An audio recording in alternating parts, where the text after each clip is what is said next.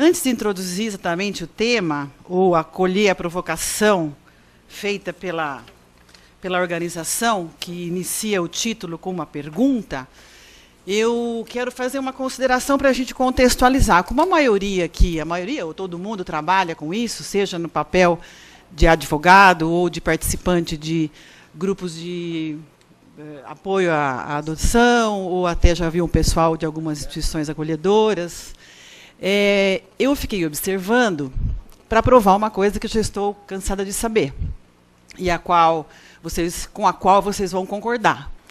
Nós vivemos no limite em cima como se diz, do fio da navalha.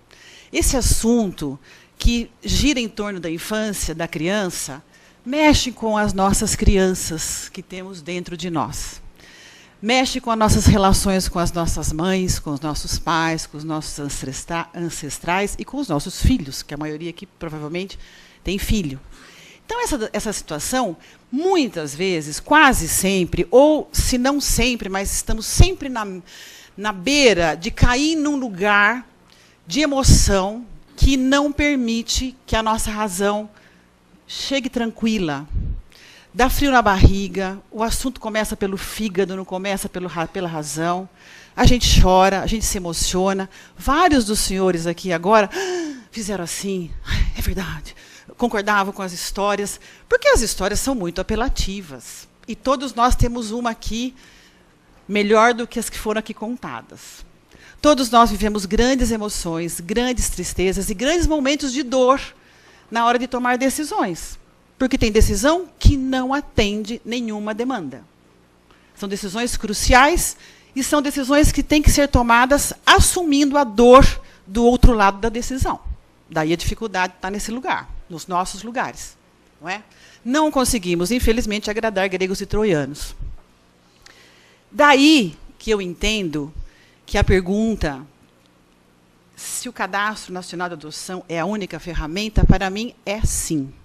E eu vou contradizer, infelizmente, na ausência do Dr. Samuel, o que pode parecer uma sacanagem, mas não é uma sacanagem, é uma circunstância, algumas coisas que ele colocou. Eu vejo assim, eu tenho lido um livro que eu indico para todos os senhores, porque é muito agradável, esse também é muito bom, o da francesa filósofa que fala que o amor materno não existe. Eu também acho que não existe, não. E não existe por um direito da mulher não querer ser mãe. A filósofa não diz que a mulher não gosta do filho. A filósofa diz que nós não deveríamos trabalhar com a necessidade da mulher ser mãe. Um pouco diferente. Não é? É uma liberdade do feminino não querer ser mãe. Mãe biológica, mãe adotada, mas eu posso amar a humanidade, amar o meu semelhante, fazer um monte de coisa para um monte de pessoas na qualidade de uma máter maior que foge do dia a dia de lavar fralda e fazer comidinha. Então, esse livro é muito bom, eu indico também, mas há um livro da Mari Der Priori, que é uma antropóloga historiadora, que se chama A História das Crianças no Brasil. É uma bíblia, agradabilíssima de ler, porque são capítulos interdependentes, dá para ler de noite, assim na cama, e depois deixar, no dia seguinte ler outro. E é interessante a gente ver a história da criança no Brasil, até da época do Império, das crianças que vieram com os portugueses, das crianças indígenas, das crianças filhos de escravos e escravos, e vamos evoluindo e vamos vendo que essa questão da infância só teve importância aí para o final, depois dos anos 30 do século passado. Então, esse amor, esse afeto, não é coisa antiga, não, entendeu? Então, não precisamos também nos arvorar de heróis e salvadores da pátria. Vamos ver a história. Né? E aí você trabalha com a ideia do Código de Menores, que foi falado aqui. A verdade é que a mudança de paradigma é fácil de fazer na lei escrita, é difícil de fazer na cabeça. E muitos de nós, todos nós, mesmo quem não nasceu nos anos 70, 50, 40, alguém, trabalha com a ideia menorista, que a criança é um ser frágil, coitadinho, que nós temos que cuidar. É uma questão menor. Daí, todos que trabalham aqui na área comigo sabem que nós, juízes de menores, advogados de menores, promotores de menores, somos vistos meio com preconceito no sistema judiciário, porque questão de família e de infância é para a mulher mesmo, já ouvi falar isso, né? Para juiz a mulher mesmo, porque é tão delicado. Né? Na verdade, tem que ter muito culhão para trabalhar nessa área, porque tem que ter muita coragem. É mais fácil decidir questão bancária, que é até importante, mas quero ver segurar a onda da dor na hora de dormir de uma decisão dentro dessa área. Então, nós somos um pouco heróis nesse sentido. Mas fica aí nosso heroísmo. Nós não vamos salvar o mundo, nós não temos que salvar o mundo, e crianças, depois do ECA, são sujeitos de direitos. Houve uma guinada absoluta de eixo com a mudança do ECA. E não foi o ECA que criou isso, foi a Constituição Federal, ecoando toda uma legislação internacional que trouxe para um lugar de destaque a figura da criança e do adolescente. Então, nós temos não mais objetos de cuidados, criança em situação irregular, que na década de 50, de 60, era misturada com a ideia de infrator e de pobreza, que é uma outra questão que tem que ser discutida outro dia, e que tem ecos hoje ainda, obviamente. A criança muda de eixo. Ela não é mais... Continua sendo criança, continua sendo carente de cuidados básicos para sobreviver, digamos, é o filhote mais frágil na cadeia, não é? Na cadeia antropológica, sei lá, dos animais. Mas ela passa a ser um sujeito de direitos. Aí que muda muita coisa. O Código anterior permitia que os pais cedessem o pátrio poder, permitia que a adoção fosse meia boca, parcial, permitia que a adoção fosse feita por escritura pública, longe do judiciário. O que faz o eixo, a mudança de eixo? Acabou essa visão de criança-objeto. Criança agora é sujeito de direito. Portanto, pai e mãe não têm, o direito de dizer onde a criança vai. O consensualismo é com a abdicação do meu poder. Acabou esse poder, acabou o poder do pai escolher quem seja. Atenção, atenção, atenção. Não estou dizendo que o famigerado e mal compreendido e utilizados com uma sofisticação um pouco perversa do bendito do cadastro, vai ser o mote da coisa. O doutor Samuel contou várias histórias que muitas delas não dizem respeito à questão do cadastro. A Rita, que foi para o internacional, não é adoção intuito persone, é adoção intuito Rita. Foi ela que escolheu o casal. Não digo que alguém próximo à criança que a cuide, que a ame e que esteja com ela há muito tempo, não seja a pessoa que tem que ficar com ela. A provocação me parece ser o seguinte: é a única ferramenta? É a única ferramenta legal que se tem hoje em dia e que há que ser prestigiada e que há que ser compreendida, especialmente pelos senhores, porque os senhores são os elementos multiplicadores dessa, aí sim, missão para proteger as crianças. Então, se você tem uma criança numa situação de adoção, dentro do procedimento judicial, porque o ECA faz isso, traz para o sistema judiciário toda a responsabilidade da adoção e convida a sociedade, e convida os grupos de apoio, e convida os organismos institucionais de abrigamento para proceder juntos a uma política de proteção da criança. E todos nós contribuímos para isso. Quem trabalha comigo sabe por que eu faço mensalmente reunião com as instituições e o que é que nós discutimos nessas reuniões. Exatamente um desejo de multiplicar e de reforçar essa rede protecional para a criança e para um fim único, que é garanti-lo como sujeito de direito. Então, se eu tenho um cadastro, eu não sigo a fila cegamente só porque tem fila. Primeiro, porque não tem fila coisa nenhuma. Eu tenho milhares de fila. Eu tenho fila de quem quer bebê de 0 a 6 meses, branca, menina, perfeita. Eu tenho fila de quem quer de 0 a 4, com algum problema leve mental. Eu tenho fila de quem quer de 0 a 5. Portanto, não existe fila única. Seria um absurdo eu ser obrigada. Eu feriria, sim, o interesse maior da criança. Esse é o interesse maior da criança. Que ela seja protegida e atendida na sua magnanimidade. Portanto, eu acho que não existe outra possibilidade, senão pelo cadastro. Eu não sabia, o doutor Samuel contou uma coisa que eu achei super legal, que eu acho que dá uma importância maior para o cadastro ainda, o fato dele ter dito que ele e outras pessoas participaram da vinda da ideia do cadastro para o Brasil, que tão boa é, que foi adotada.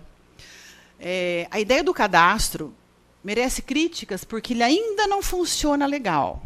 Mas, se pensarmos em termos de Brasil, e se eu contar para os senhores que o Estado de São Paulo, talvez Rio Grande do Sul, talvez São Paulo. São Paulo é o estado onde mais funciona o cadastro, é onde mais ele é respeitado, daí até ser o primeiro tema da palestra. Fora disso, o Brasil faz adoção intuito persone a todo o momento. Quem quiser um filho, vá para Recife, Pernambuco, Bahia, Rio Grande do Norte, que volta amanhã com a criança. Tranquilo. Consegue a guarda, vem aqui, aí nós aqui temos que fazer a verificação para ver se está tudo bem. É óbvio que depois de 2, 3 anos, se esse cara não for um traficante, a criança vai estar bem. E nós, judiciário, ficaremos homologando essa forma de começar uma família na ilicitude. Para mim, é assim que eu vejo. A criança é o centro de tudo, como disse o Dr. Samuel, é o centro de tudo. O interesse da criança tem que estar acima de tudo, mas o interesse da criança não é o interesse de quem quer protegê-la, e sim o interesse dela. Essa é a mudança de eixo que nós temos que entender. No caso que ele contou, até não sintam como veleidade, mas é que me provocaram os exemplos. O caso que ele contou, que ele entregou a criança para a mãe, e a mãe sofreu um acidente, e voltou, eu tranquilamente teria negado a criança à mãe. Não porque eu estivesse adivinhando o futuro, mas porque o interesse da criança é que tinha que ser visto. O interesse, e ali tem que fazer a continha assim, ó. Quem que vai sofrer? Vai sofrer a criança, o casal, que não tem nada a ver com a história, e a mãe. Truco, sofre a mãe. É escolha? Ai, é terrível. Ai, que horror.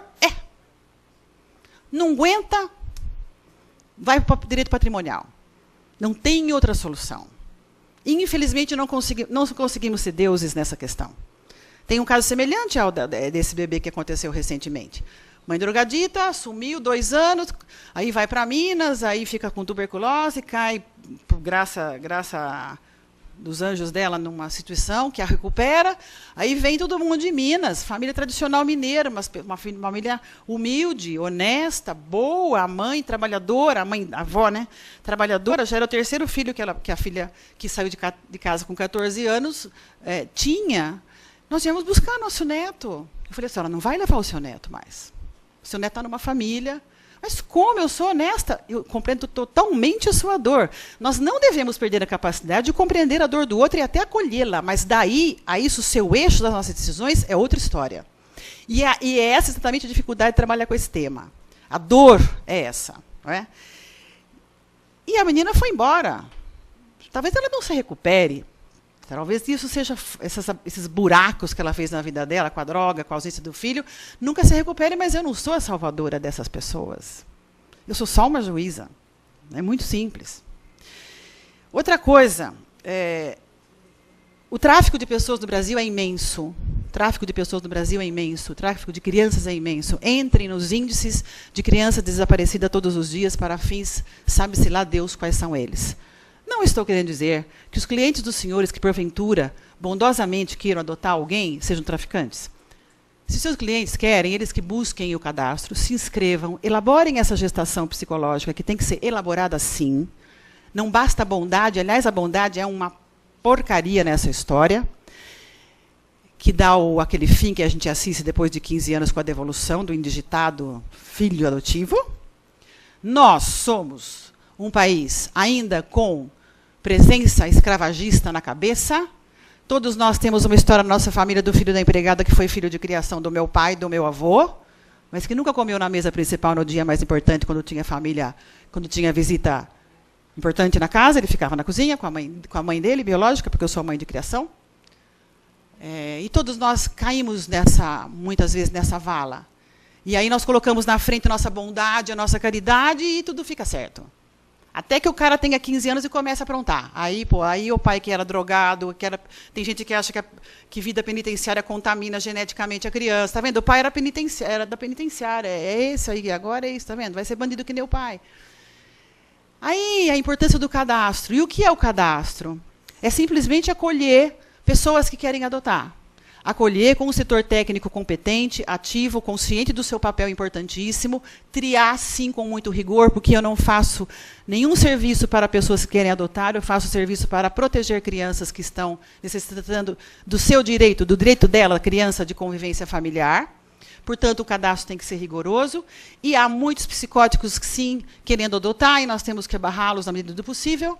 Somos perfeitos? Vamos falhar? Obviamente. Mas é para isso que tem a lei, para isso que tem uma estrutura, para isso que o ECA foi pensado organicamente com todos os princípios internacionais de garantia de direitos humanos, no qual estão metidas as crianças. Mãe é uma coisa muito complicada. Querer um filho é uma coisa e querer ter um filho é outra coisa. Os psicólogos aqui sabem do que estou falando. Acho que quem é da área deve ler um pouquinho de Melanie Klein para saber o que é seio bom, o que é seio mal. E, para encerrar, já acabou, né? Quero contar um caso também.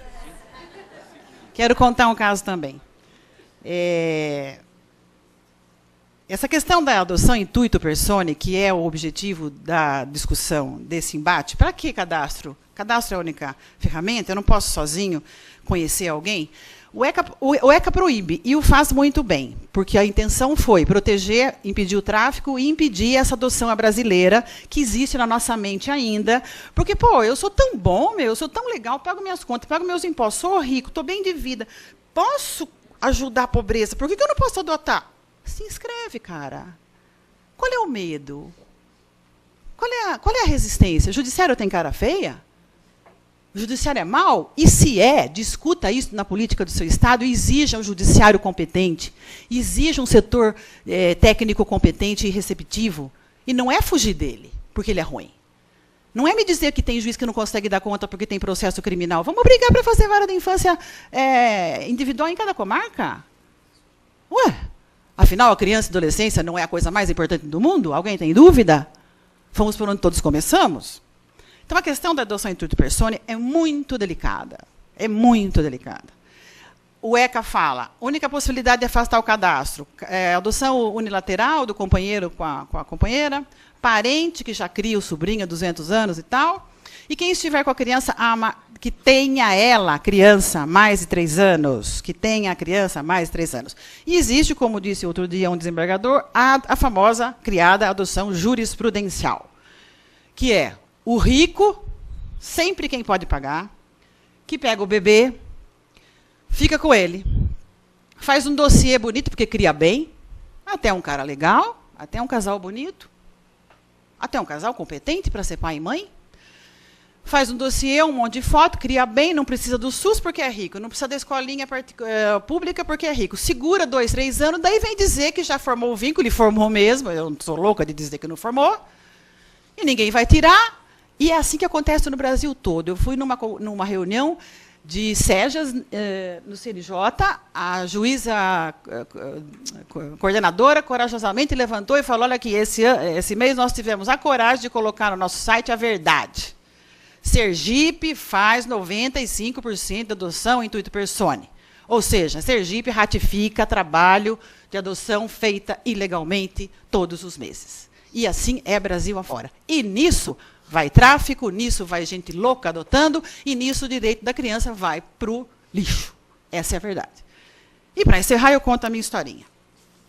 Num desses casos, na minha vara, eu, seguindo o que eu tenho que seguir, não vou tirar a criança, obviamente, digo que vou seguir o procedimento legal. Vou citar a mãe, porque a inicial sempre diz que a mãe quis dar a criança, porque confia muito nesse casal, é muito amiga desse casal, portanto, está feita uma relação afetiva que justifica a entrega, a escolha, e, portanto, mas sumiu a mãe. Então vamos citá-la por edital, isso vai demorar mais pelo menos uns 2 meses, tal.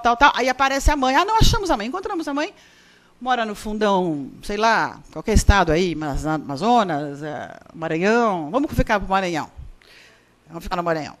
No Maranhão, podemos trazê-la? Perfeitamente, pode trazer.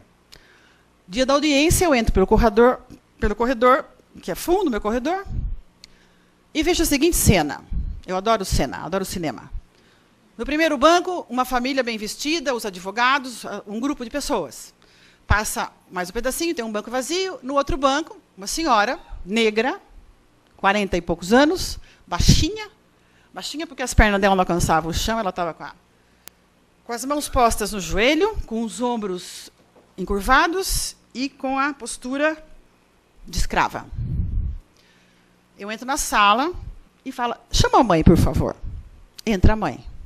Bom dia, de onde a senhora é? Da cidade tal. A senhora conhecia o casal? Não, senhora. Não, senhora. Não conhecia.